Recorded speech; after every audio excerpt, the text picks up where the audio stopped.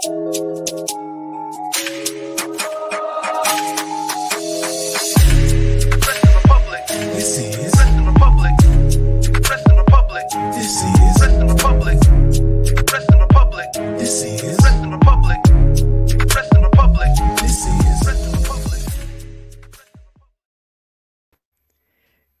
evening from Swansea, wrestling fans.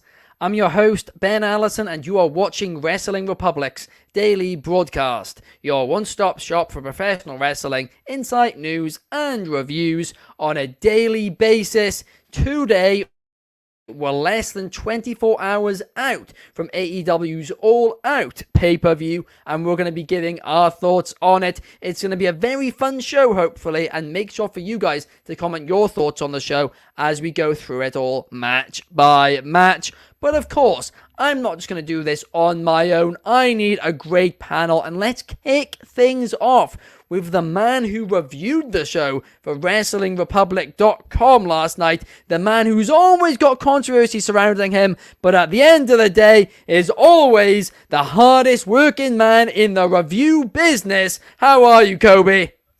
I mean, that's the ultimate problem is there's no winning when it comes to my position where I do give out the star ratings, where I can actually back up what makes it a star rating.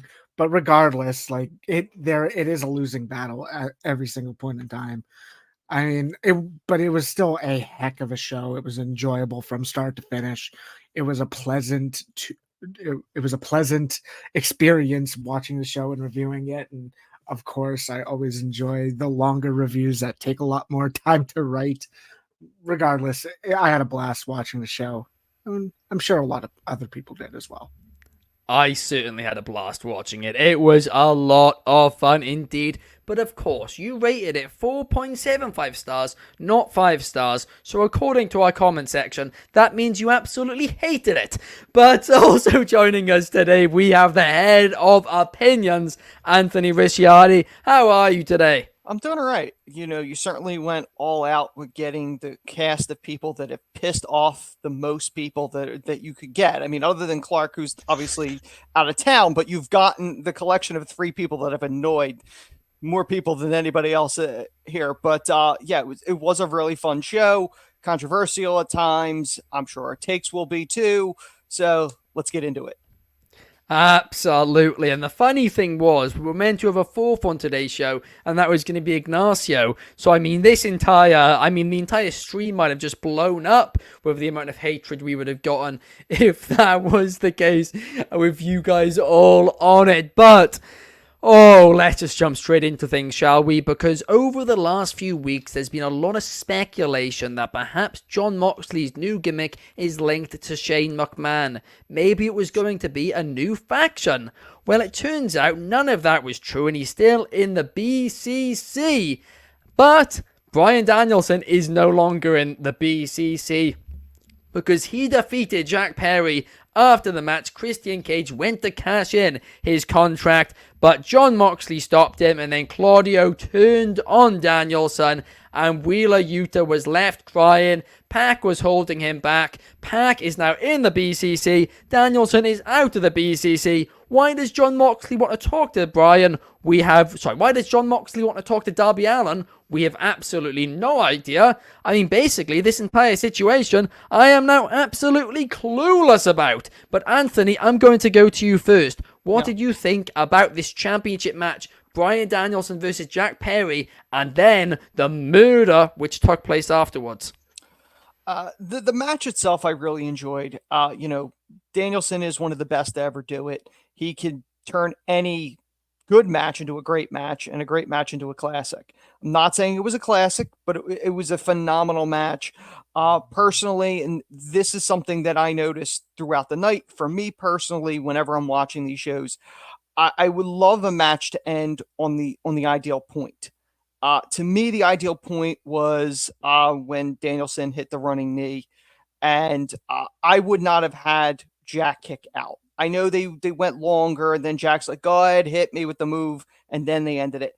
To me, that was the equivalent of a hit TV series that went a couple seasons too long. It wasn't necessary. The same thing happened in the Osprey Pac match. I think it went a little too long at one point, but as a whole, I enjoyed it. I have no idea where they're going with this BCC thing is, and I don't think anybody else does either, which as a fan, that's a great thing when you don't know, as long as the booker knows where they're going. And that would be my hope, that they know and they're not just throwing stuff against the wall going, I hope this sticks this week, is the only concern with that. The bag spot, just from a business standpoint, I thought that was probably not the wisest move. You're in the middle of negotiating a TV contract. You're trying to get sponsors. It's the same argument you could make with the NWA doing the Coke spot. It's not a smart move. I get it's on pay-per-view. I get it's technically not a kid's product, but you're selling action figures, you're selling video games, you're marketing different things to kids. Probably not a smart idea to do a plastic bag over somebody's head, just from a business standpoint. I mean, I'm going to be honest with you. I can see that argument. I truly can. But I think there is a bit of a difference, right? Because in wrestling, we see a lot of physical spots like this. I mean, in the main event, which of course we'll get to, there was a chair shot as well to the head. And I guess you can make the same argument there. But I mean, when you have the audience chanting, "This is murder," just from that standpoint, do you really think an advertiser is going to look at that going, "Yeah, let's get on that"? Justify this is murder chant. I mean, really, just from a business standpoint, what company's going to go, oh yeah, I want my trash bags associated with that brand? Come on. I mean, I will say this. It's also a TV-14 show, and there's a lot of TV-14 shows. I mean, there's a lot of TV-14 shows which do have murder in them. True, but how many of those shows sell action figures to children? I mean, a lot of them. I mean, you can talk about superhero films. They have stuff like that in it. They sell stuff to... Suffocating somebody with a bag over their head? I don't know if you've seen the new Deadpool. I know Deadpool's not TV-14. But, I mean, they still sell action figures to kids. But we do have a couple of comments here. Soul with one of the greatest comments I have seen in a long, long time. I believe the plastic bag did more damage to Brian because it was a non-recyclable bag. That is excellent. S-Wiggles6 over on Instagram is saying Brian Danielson is due for neck surgery at the end of the year. He will definitely face AEW's best and then relinquish the title. That is a heck of a shout. I mean, Soul's also got a good point. It happened in The Dark Knight, Anthony, although I don't know the TV rating for that. Was that 18 or was that 14? It wasn't on TV. I mean, it was in the theater. Well, they show it on replays. Really? Because this is where we're going with this argument? I think it's fine. Or is The Dark Knight looking for advertisers? No, that's a movie to get people to go see that. They're not reliant on people sponsoring a weekly show. I'm just saying. That's true. No, that's a good point. That's a good point. But at the same time, I mean, AEW's got a history with this, right? Let's not forget, I think it was their third event they did. They advertised it as PTSD friendly. And the promo packages going into it, they did a lot of promo packages about I don't know how to say it, well, we can say it on Twitch, but I think the term on Twitch they use is unalive. They were doing a lot of promo packages talking about how it was safe for people who've been through stuff like that to go to it. And then they did a hanging spot on the show. So AEW has a terrible history of doing things where you're probably not the best idea. So what you're saying is they don't learn from their mistakes, is what you're saying? No, they don't. But at least this wasn't advertised as a PTSD-friendly show. Because if it was, it would have been 10 times worse. At least there's the bright side. Slow improvement, right? But Kobe, I want to get your thoughts on this. What did you think of the AEW title match and what happened afterwards?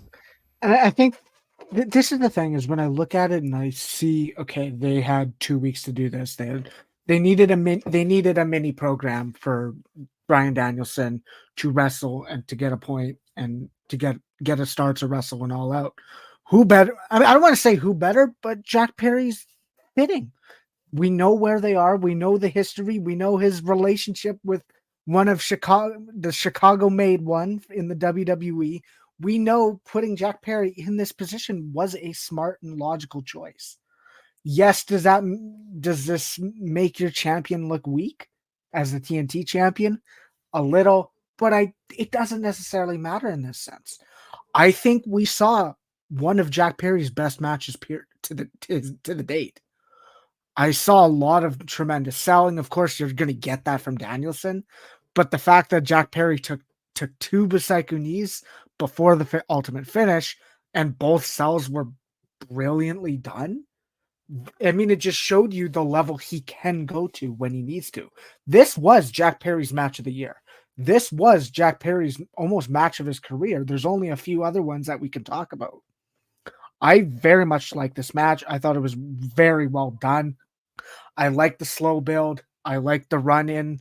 You had Claudio and Yuta run down. I found it funny that Claudio ran into the ring and the Young Bucks fled and Yuta's still running and catching up.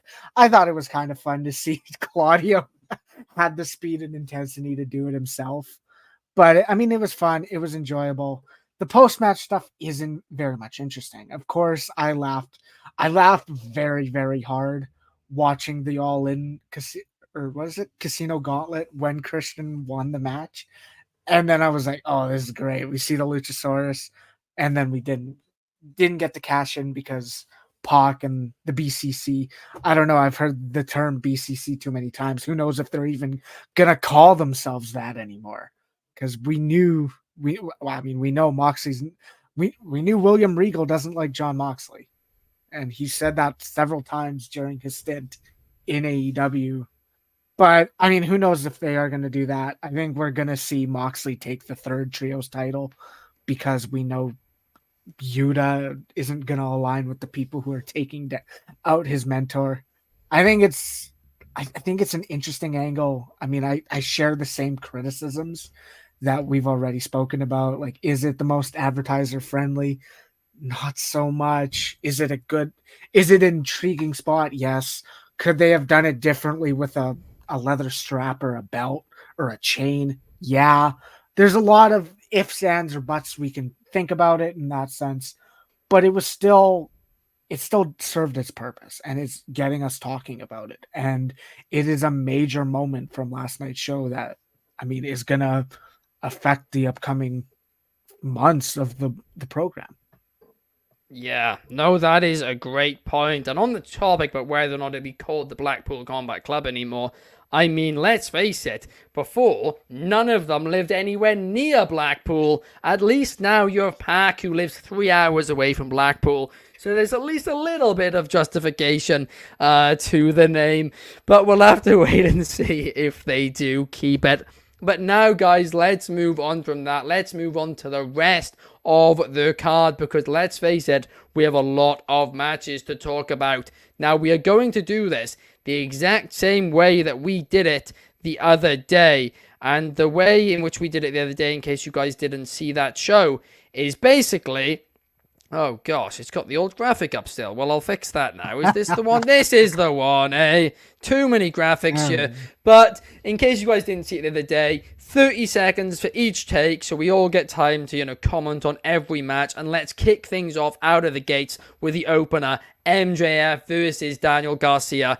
To me, this was a breakout match for Daniel Garcia. Yes, he's done the dancing before. Yes, he had a good showing in the Continental Classic. But this was the first feud where I truly cared about him. And I thought this was a terrific open to AEW All Out last night. Now, of course, with MJF, I know there's a bit of controversy with that low blow roll-up finish. But at the end of the day, it's MJF. He's meant to annoy you, and it successfully did this. I thought it was the perfect opening to the show, and yeah, I don't really have many complaints about it. MJF wins, and Daniel Garcia brutally took him out after the fact. But Anthony, what about you? What did you think about the opener?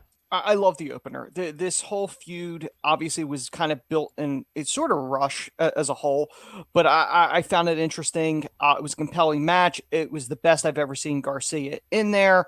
My only major criticism with Garcia prior to that was the dancing thing. I'm like, he's not going to get anywhere with that. He needs to be taken serious, and he's doing that now. The only thing he really needs help with now is the promos, because his promos have not exactly delivered, but he could get there. but I thought it was a solid match. I was fine with Max winning and how he won, and I love the flag. Thank me later. That was that. I mean, I am enjoying these flags that MJF has behind him. It's a unique thing. It's a fun thing. A great shout, that, Anthony. But what about you, Coby? What did you think about this? I mean, that's the thing. I share the same sentiment. We walked into here seeing MJF, who is a made name and an established name, and he's doing his best to elevate Daniel Garcia, and he absolutely did. It is one of Daniel Garcia's best matches of his career, and it's a testament to his ability, and it's a testament to Max's ability. It's everything we enjoy about a Maxwell Jacob Friedman match. There's brilliant storytelling, brilliant psychology. There were great transitions between holds. I loved the pretzel lock, and ultimately I loved the post-match angle where Garcia took him out. We're probably seeing MJF take a bit of time off and out of the product, and it gave Daniel Garcia that moment that we really haven't let him have since. I think he get the win at World's End in that Continental 8-man match. Oh, I think he did, or he had some shine there. I'm trying to remember. I can't even remember, which I think tells you how much, to be fair, that match mattered. But no, exactly. But it's his first pay-per-view spot where it's like, oh, this guy had the moment. And he felt like he felt important. And he felt exactly. Absolutely. Let's now move on to talk about the tag team championships, because the Bucks of Youth, the Young Bucks, defeated the Blackpool Combat Club. And this was actually my least favorite match of the night. Obviously the finish was different to the first match, but it was similar in a way of it was kind of like a pinfall out of nowhere. And I didn't really like that. The match itself was fun, right? I had no huge issues with it, but it was just compared to the rest of the card, I didn't particularly care for it too much. It was fine, it was decent, but it was nothing too important, and the finish, to me, fell flat. But what about you, Coby? What did you think on this one? The thing is I understand the type of match, and we just wanted to put the Bucks on the card and get them a title defense and put them in the position where they could have this match. And I almost share different sentiments, because I think the bar was here, and I think they kind of jumped over it a bit.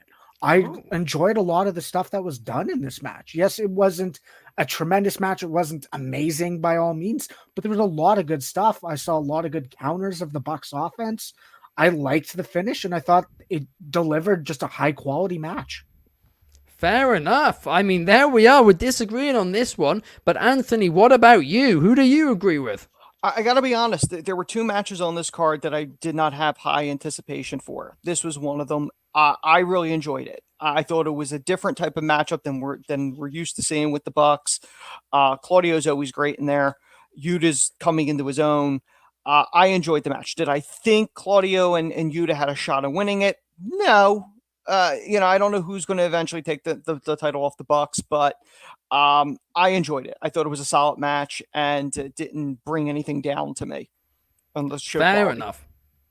Fair enough, but something which I think we can all agree on is that Will Ospreay and Pac brought the show quality up, because of course they had the International Championship match and Will Ospreay retained. But to me, this match, right, it was brilliant. It was as expected. We all expected it to be a brilliant match, and it absolutely was. Earlier on, Anthony, you briefly touched on the fact that maybe there was one kick out too much, and I am kind of inclined to agree, to be honest with you.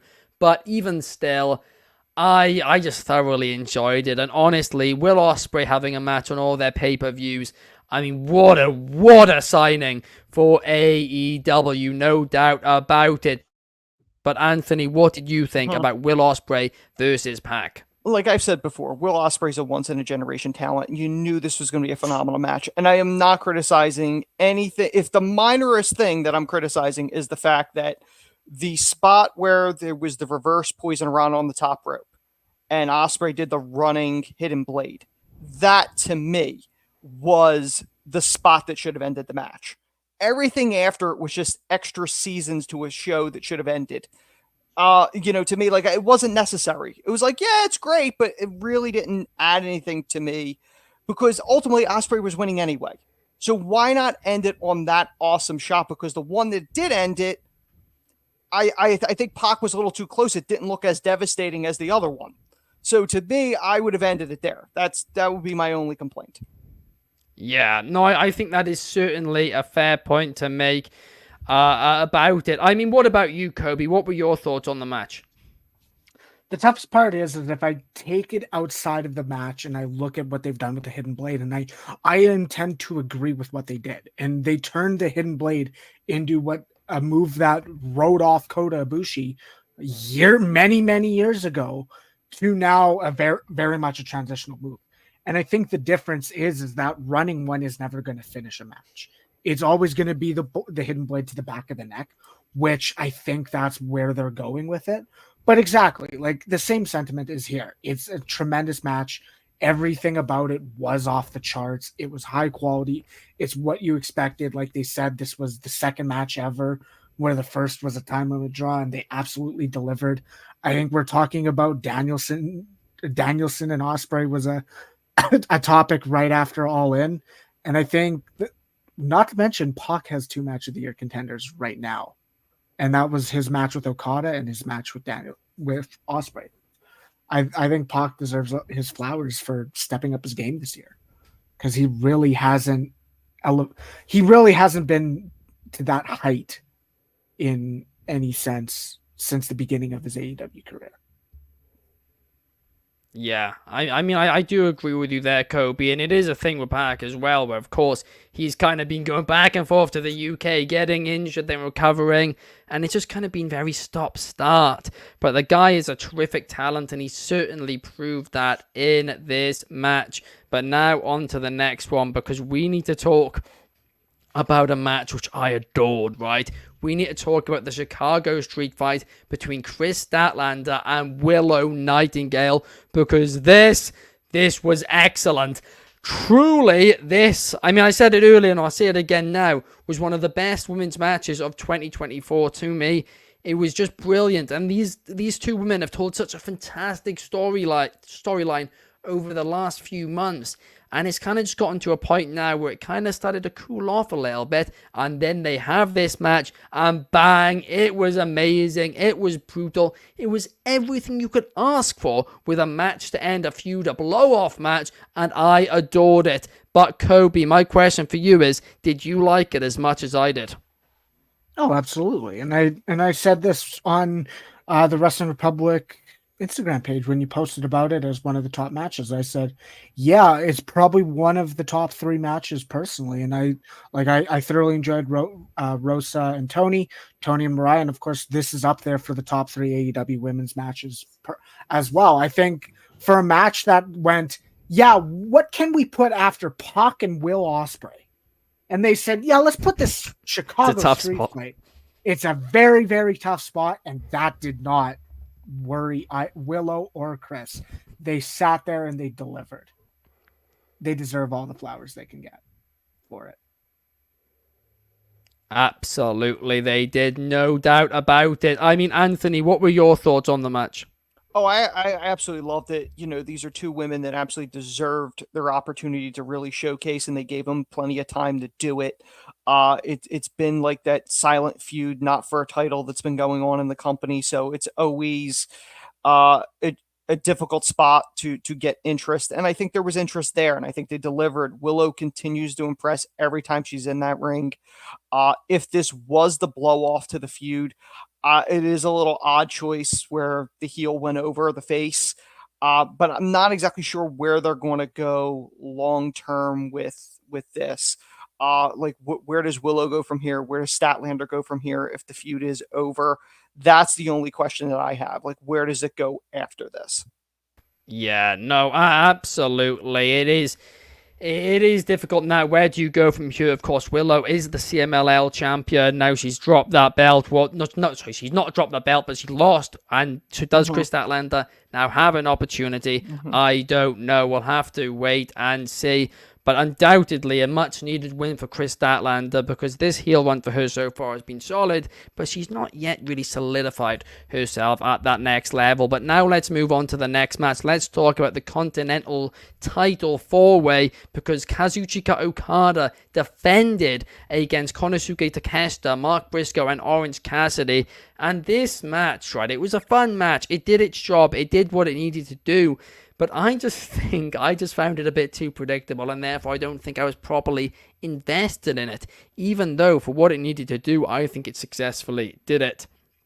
But Anthony, I'm going to go to you first this time. What did you think about this match? This was the second match on the card that I really had no interest in. And a large portion of that is just the simple fact that it was kind of predictable that Okada was probably going to retain, and it was just a random selection of guys. Like I really didn't. I wasn't interested. There was nobody in that match where I went, "Oh, he's the guy that deserves it." I mean, you can probably say with Takeshita, but really, as a whole, it was an enjoyable match, but it was not one I'd be like, "Oh, you got to go out of your way and watch this. You got to see this." This is not that match.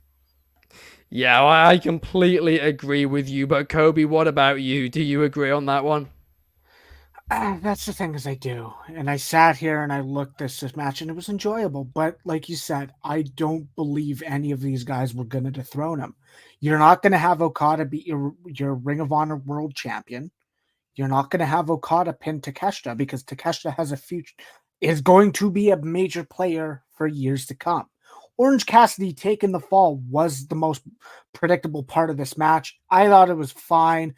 The biggest issue for me was the fact that we have this as the Continental Championship, and it avoided the Continental rules that are very much tied to that championship, where there was no, I think it's I guess DQ enabled, count out enabled, and then I think like no people ringside, but like then we have Mark Briscoe using a chair to springboard off of. Like I thought that was like, oh, that's allowed. You're allowed to springboard off weapons. That's allowed in any match. Yeah, but it's still. Is that the Sabu rule? That you're allowed to do that's that? any rule. You're allowed to put somebody into a weapon. Used, you're just not allowed to use the weapon. It's so bizarre, and that's why the table spots are always so controversial. Because based on that logic, shouldn't a table be legal in any match? That's the biggest loophole in wrestling. Yeah, I don't know. I just found it weird to put this in a 4-way, knowing the Continental Championship has rules and has a stipulation that they try to enforce. But I think a lot of people forget it exists. It was a good match. I feel like the rules for that are the same thing, like the rankings and the ratings. The win-loss record. It counts this week. It doesn't count the next. I think that's gone again now, but truthfully, I have no idea, because they keep bringing it back. Is it coming or going? You can barely decide.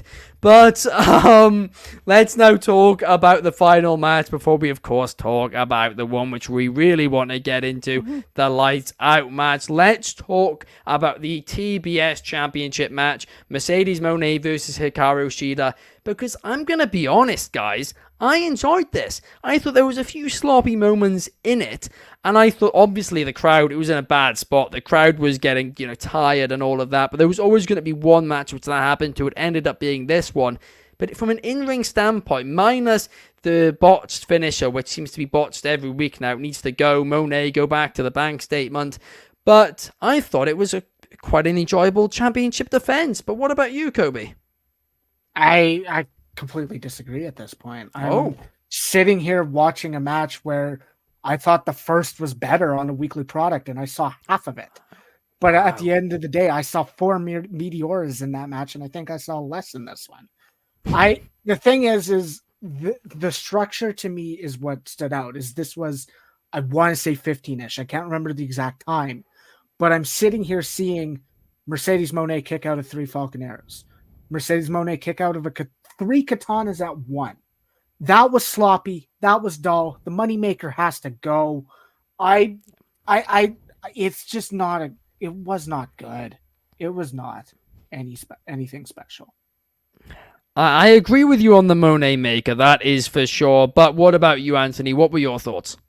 Okay, I try to go into every Monet segment with an open mind because I'm personally not really a fan of hers, and I don't think her AEW run has been very good, to be perfectly honest. But when AEW's in doubt, looking for a women's challenger, they break the glass for Shida, and I thought she was really good. The match itself, I really didn't care for, and I just what was the reason that she got a title shot? They're making people in She the won a title four-way. matches.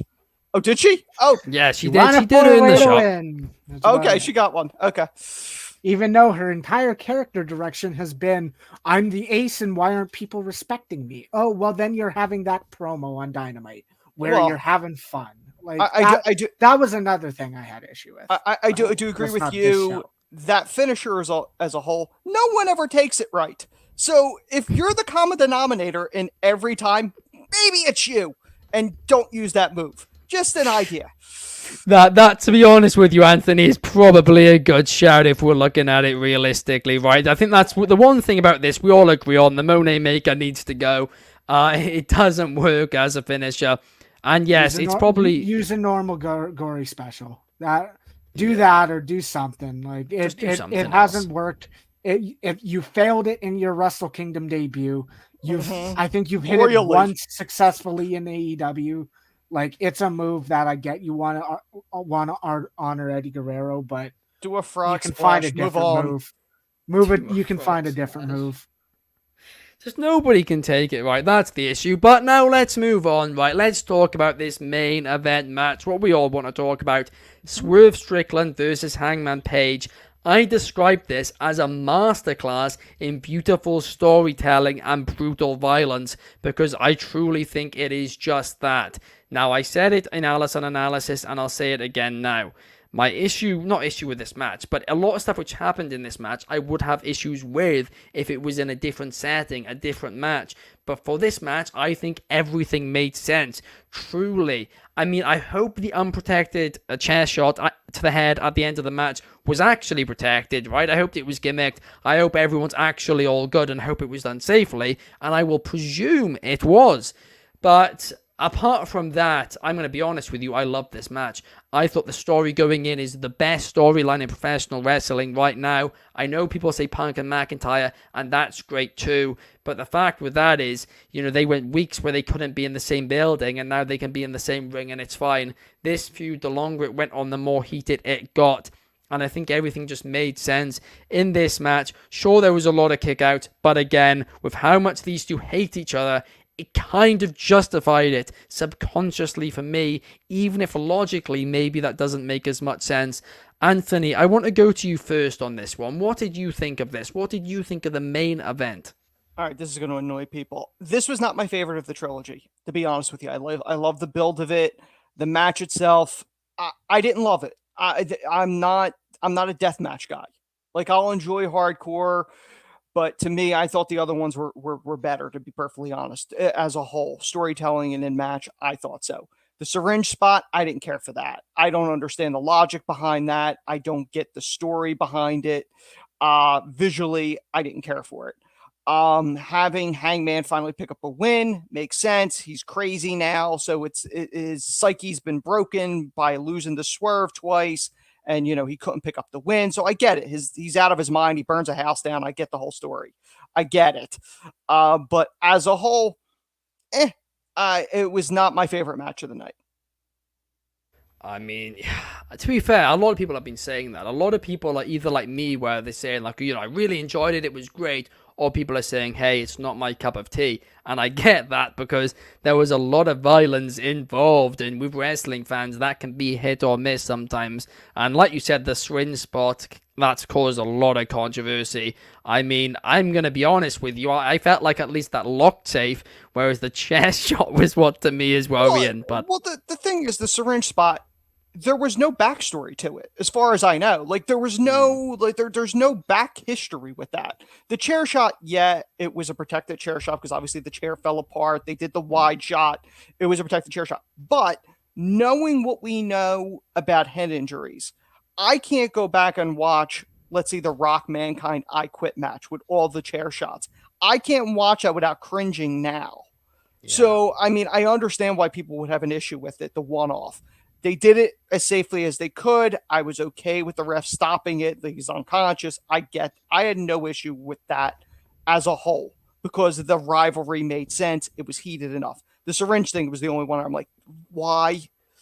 Yeah. No, to be honest with you, I think that's a good point. I do, because they pay attention to a lot of little things in this storyline, and for that to be such a big thing and for it to have no story behind it, I get that. Now, maybe that's part of the long-term story. Maybe the syringe somehow is going to play. You're going to rewrite it now? But to be fair, but I'll say this, right? There was a lot of stuff which over the last few months in AEW I've said feels random and makes no sense. And then a couple of months later, some big angle happens, and you're like, okay, that makes a lot of sense now. And of course, maybe they did just rewrite stuff, but I don't think that's the case. I think they are actually locking with more of a long-term focus with a lot of stuff now. Like I understood the cinder block. I understood all that. You could have pulled out a chain. That would have made sense because of their history. Heck, you could have pulled out gasoline. That would have made sense. The syringe was never part of the story unless you write it now of going, all right, well, the backstory of the syringe is this. I don't think there was a purpose of the syringe personally, but there was no gasoline. As a matter of fact, I believe, if I'm not mistaken, correct me if I'm wrong, they said DraftKings, that was one of the things you could bet if somebody was going to pull out gasoline during this match. So like, it was first to bleed, all this. It was. Now listen.